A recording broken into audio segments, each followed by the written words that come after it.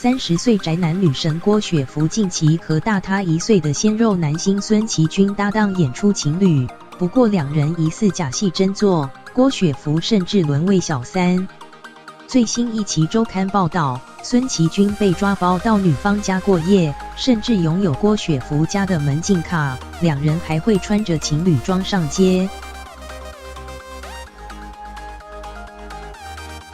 不过有民众爆料，孙奇君其实在对岸有个稳定交往1年多的女友，两人的恋情在郭雪芙出现后变调，正宫几乎崩溃。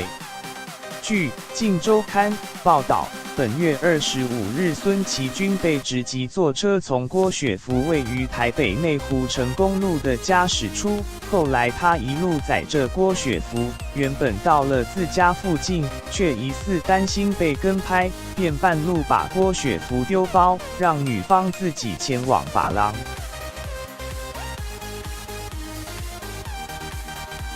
晚间9点多，孙奇君从自己家开车出门，又一路开到郭雪芙家，而且还拥有女方家门禁卡，直到深夜都没再离开。隔天两人才又一前一后出门，和原爱妃及其未婚夫一起聚会。不过有民众爆料，其实孙奇君有个在大陆工作的正宫女友 K 小姐，两人稳定交往近2年，以夫妻自居。K 小姐还会称呼孙奇君为爸比。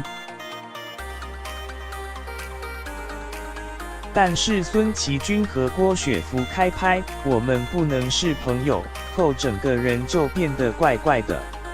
据悉 ，K 小姐获知孙奇君劈腿的对象后几乎崩溃，但孙奇君却不清楚解释，仅说我变得不太一样，很多都变了，也许是因为戏，也许是因为距离，也许是自己。